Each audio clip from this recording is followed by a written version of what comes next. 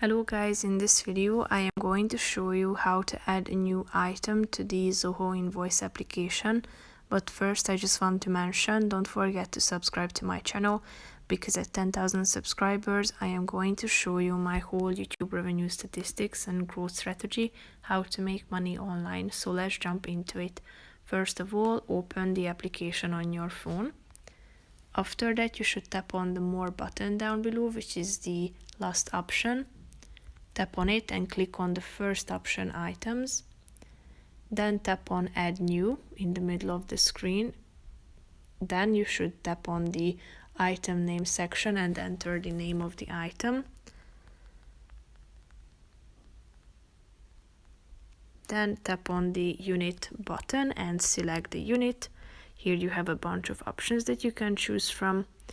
Then select the type, such as goods or service. Then you should add the rate and provide a brief description. So type it into this box.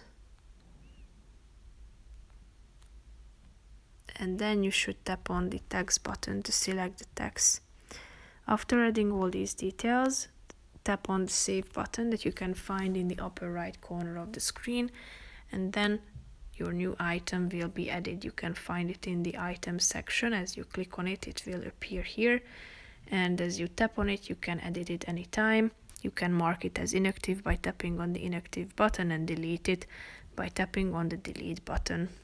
So that's pretty much it for this video, guys. See you in the next one. Bye bye.